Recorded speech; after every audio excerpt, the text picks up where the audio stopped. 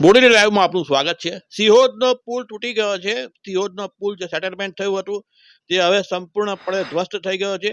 જે 5 નંબરનો પિલર છે તે સ્થળ ઉપરથી જે લટક્યો હતો, જે બંનેના ડેક બંને તરફ, એ ડેક આખા નીચે પડી ભાંગ્યા છે, જમીન દોસ્ત થઈ ગયા છે, જેના લીધે હવે આ પુલ પરથી આવાગમન સંપૂર્ણપણે કોઈ શક્યતા જ નથી।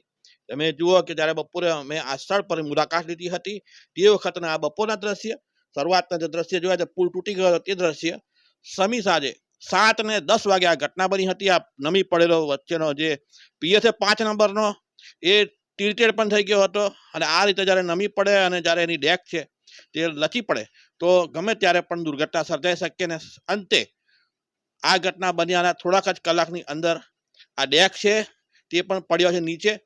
આ ઘટના 7 ને 10 વાગે 26 ઓગસ્ટ ના રોજ સાંજે 7-10 વાગે તમે દેખો કે પુલ છે એ સંપૂર્ણપણે એનો ડેક છે એક તરફ નીચે જમીન પર જ બેસી ગયો છે। આ 7 ને 10 ને લીધે, અંધારાને લીધે અમારી પાસે પૂરતા વિઝ્યુઅલ્સ નથી, પણ જે પણ વિઝ્યુઅલ્સ છે તેના આધારે તમે જોઈ શકો છો કે પુલ તૂટી ગયો છે અને સંપૂર્ણ ધ્વસ્ત થઈ ગયો છે। છોટાઉદેપુર જિલ્લા વહીવટી તંત્ર, કલેક્ટર અનિલ ધામેલિયા સાહેબ અને એસપી શેખ સાહેબ સહિતના તમામે આજે મુલાકાત પણ લીધી હતી। આજે જસુભાઈ રાઠવા સંસદ સભ્ય તેઓ પણ આપણે દેખી શકીએ છીએ કે તેઓએ પણ પુલ સ્થળની મુલાકાત લીધી હતી અને જાયજો લીધો હતો।